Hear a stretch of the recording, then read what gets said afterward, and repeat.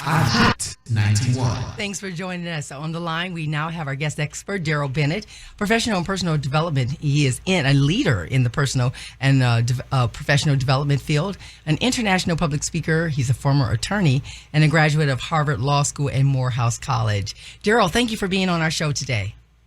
Thank you. Thank you for having me, Benita. I really appreciate it. It's really an honor. Absolutely.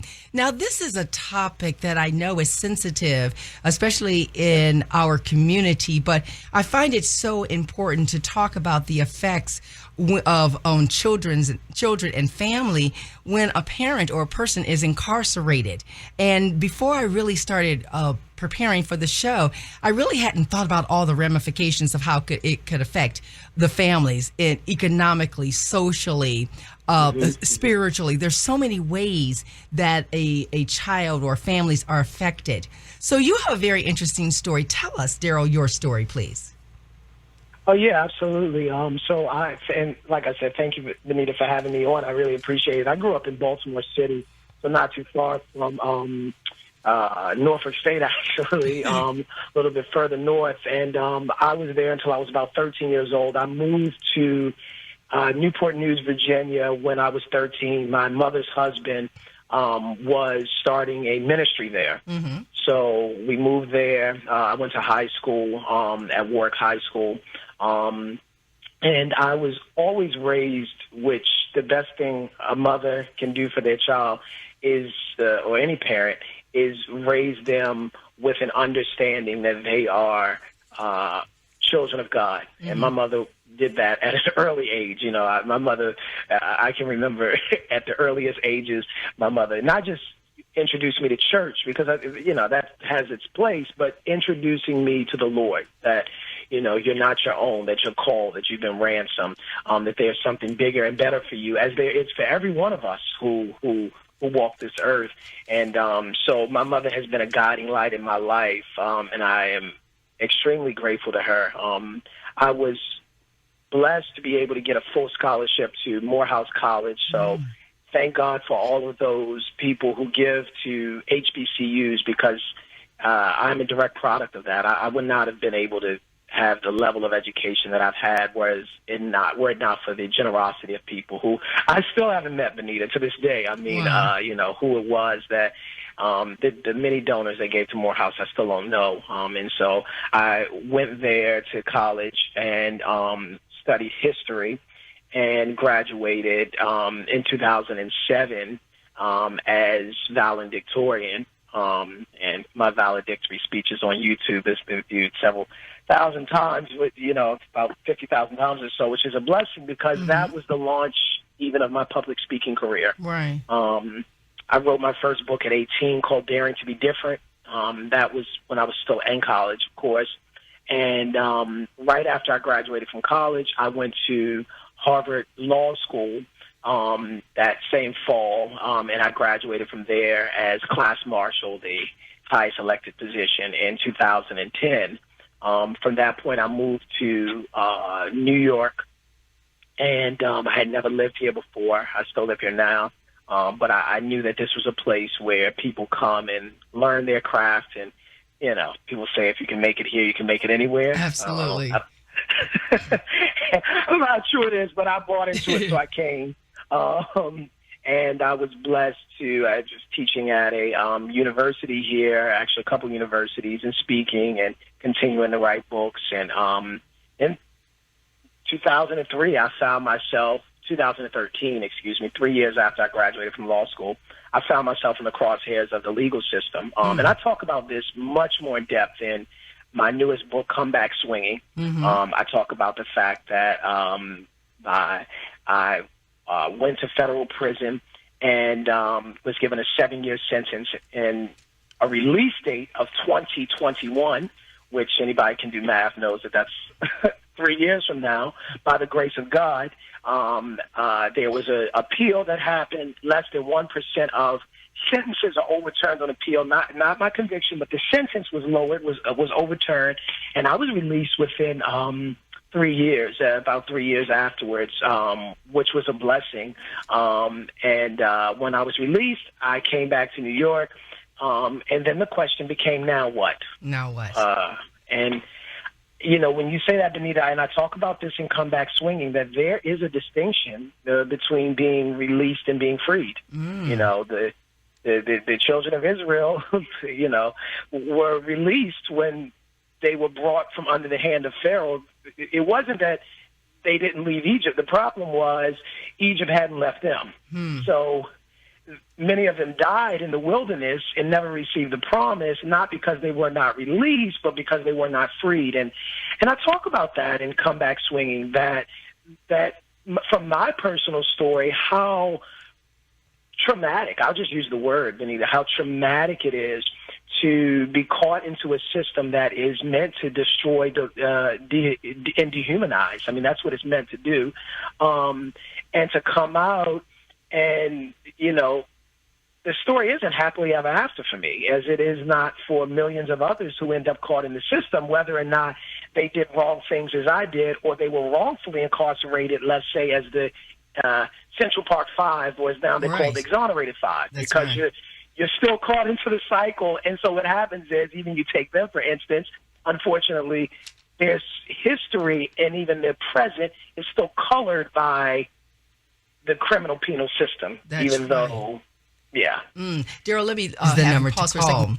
So, Darrell, I found it very interesting that you were saying that you're talking about being released versus being freed. So is it that what gets on the inside of you versus what it looks like on the outside? Unpack that a little bit for us.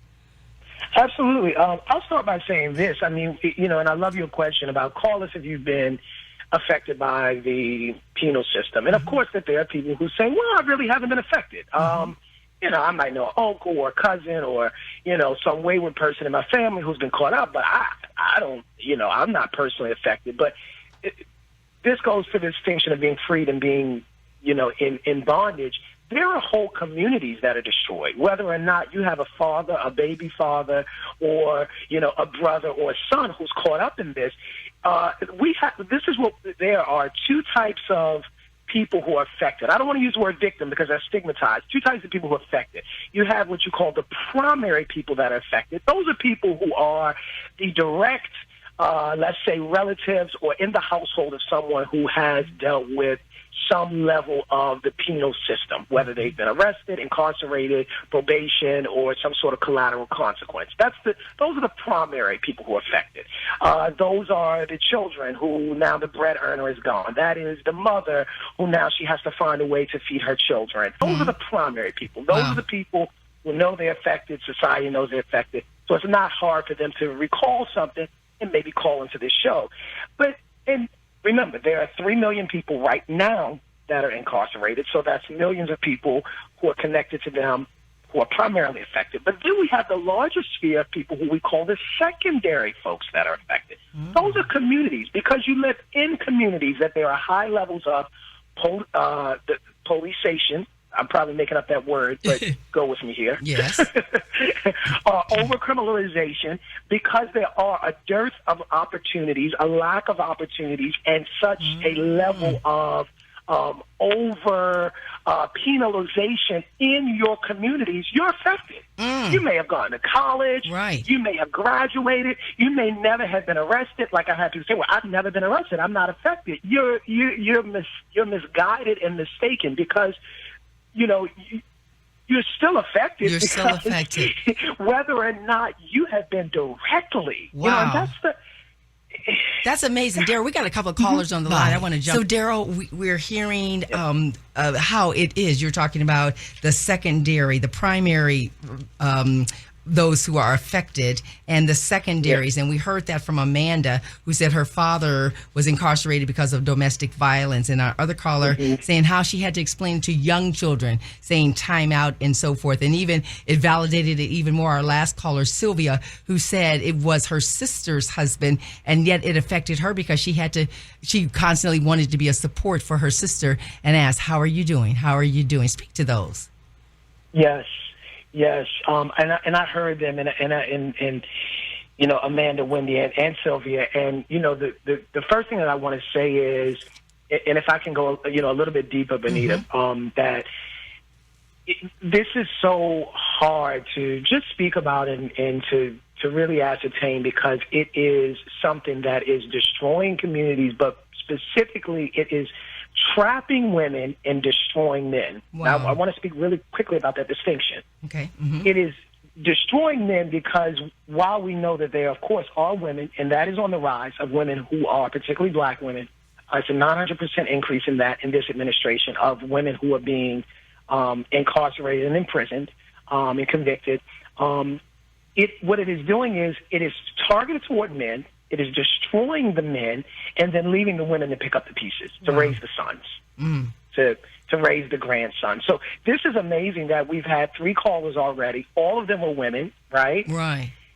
And what happens is the woman, the mother, is the one that's left trying to pick up the pieces to explain to the son, to the daughter, this is what happened, and this is how it happened. And I say this with respect to Wendy, who says, well, I say it's a timeout or they're on vacation. When a person has 20 years, I don't know how long a person is on vacation. So what happens is when the child gets older and they begin to really ask questions, the mother, and I'm really speaking to mothers here, the mother is in a very precarious position as to what to say, how to say. And I say this with respect, but there's no answer that is going to satisfy that child as to why my father, my guy, the one that's supposed to mentor me, is not there. And what we do know, this is why we know we're not wrestling against flesh and blood, Benita, but against powers and principalities. What we know is that those who are raised in families where father and or mother is incarcerated is far more likely to be incarcerated. It's far more likely to fall into drug addiction. It's far more likely to not graduate from high school. So what we see is, what is the old scripture? Smite the shepherd and scatter the sheep. And that's what is taking place. They are destroying the men. They are destroying the men, and then it's trapping the women to try to pick up the pieces, and it's now smited the children. Hey, I understand that. Kenya, thank you for calling. I appreciate that.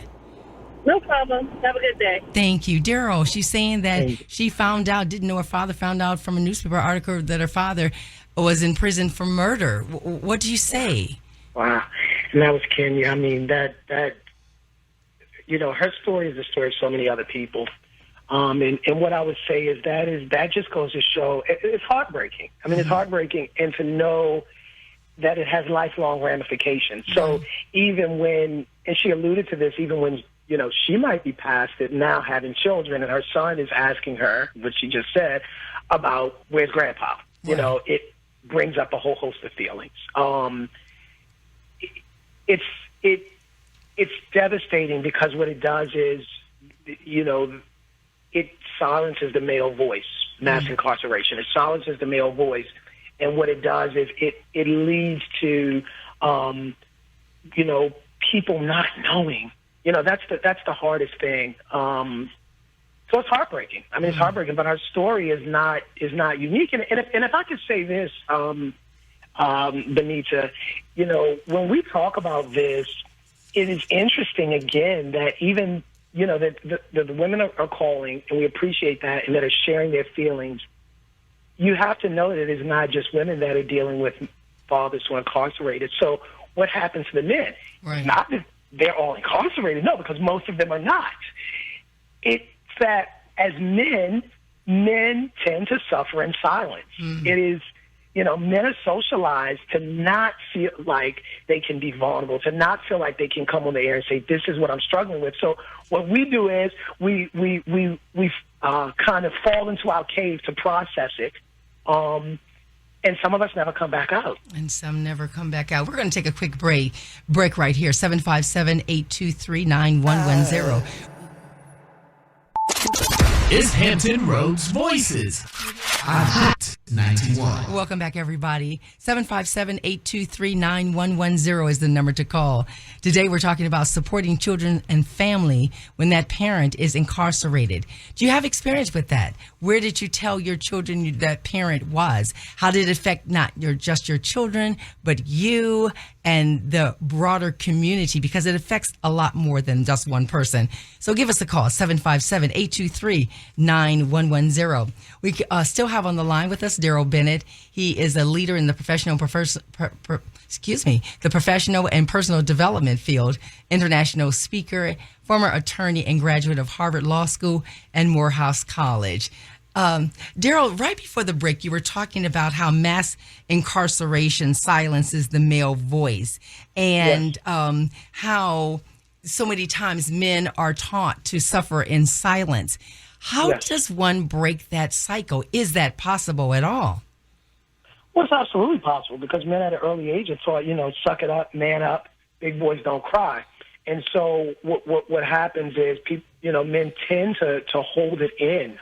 There aren't support groups like that for men. I mean, women are much more ready to be vulnerable. And I think to break it is one, for men to begin to understand, and there's a better understanding of this, that being vulnerable does not mean you're weak. Mm-hmm. To acknowledge limitations does not mean that you're somehow a sissy. It means that you're actually stronger because you acknowledge, I need help, I'm struggling, this is too much pressure.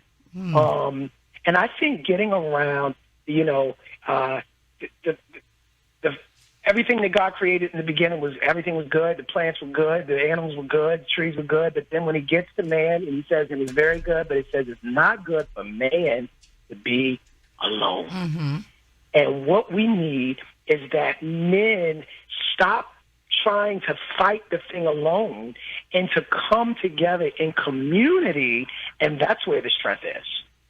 Now, how did your experience in prison change you, or how did it move you into self-discovery? Oh, my gosh. How much time do you have, Benita? I mean, we're at the end of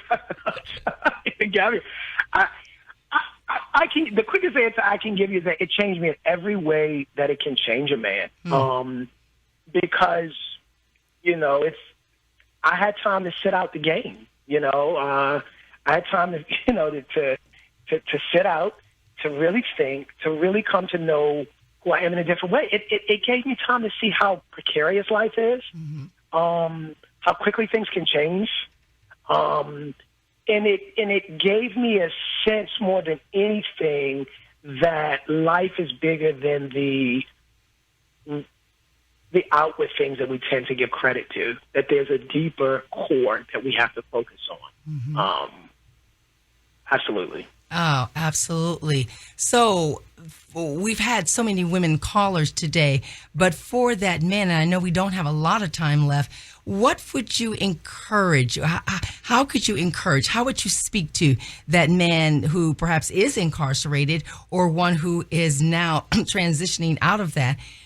Help make sense of all of this and put some pieces together. First, I would say you're not alone. And I talk about that in my book, Come Back Swinging. You are not alone. This is not the totality of your experience. You will get past this. This is just a season. This is a moment. But it is important that you make the choices and the decisions that are going to guide your life in the right way. Quite clearly, your intellect is not going to guide you out of this. Mm-hmm. Your education won't. And we value education, we value intellect, we value resources, all of that. You are going to have to be guided by something bigger, something greater. And that guiding light will remind you that you have purpose. You were created for purpose, by a purpose, by the purpose giver. And that is not changed because of what you did. And I need you to hear me on this. Your shortcomings do not limit the nature of God and the goodness of God and the power of God and the might of God. So stop looking in the rearview mirror. What happened, happened. What's in the past is in the past. And now you've got to rebuild. And three quick things I would say really quickly. One, create a plan, a written plan. And to get out of this thing. Two, feed yourself. What comes out is what you put in. Feed yourself. inspiration and instruction and things that are going to build you up. What are you reading? What are you watching? What are the things that's going to give you the tangible tips? And then lastly, get around people that are going to support you and that are going to build you and that are going to push you. Get a mentor. Every man or woman needs a mentor, but men, we have this idea that I got to go through it to figure it out. Like, no, a smart man learns through his mistakes. A wise man learns through somebody else's mistakes. Get a mentor. Get under the leadership of someone who can guide, mentor, and show you the way. If you do those three things, you'll begin to make it out. And I talk about that much more in Comeback Swinging. Absolutely. Darrell, people want to know more, I'm sure. How can they find you? They can find me, and thank you for that, Benita, and thank you for this wonderful opportunity. You can find me on DarrellBennett.com. That's the website, DarrellBennett. We do inspirational podcasts and everything from Facebook to YouTube to Instagram. And the book, Comeback Swinging, it's my, I have 6 books, but the book that I'm really talking about here is Comeback Swinging. All of them are available on Amazon as well as on DarrellBennett.com. And if you Google them, you will find them. And reach out to me. We're in New York, but we're coming to a city near you. We are coming to a city near you. Absolutely. Darrell Bennett, he's a leader in the professional and personal development field, also international speaker, author, former attorney, and graduated from Harvard Law School and Morehouse College, and a managing partner of Bennett Global Media, LLC. Darrell, I wish we had so much more time to talk. Thank you for your words of wisdom and sharing your life with us today. Thank you so much for giving me this time. And it's just a reminder for everybody, no matter what you've gone through or what you've been through, you can come back swinging. Absolutely. We'll be right back. Norfolk State University Broadcasting. WNSB, Norfolk, Chesapeake, 91.1 FM, and HD1, Virginia's only full-time urban public radio station. Hot 91.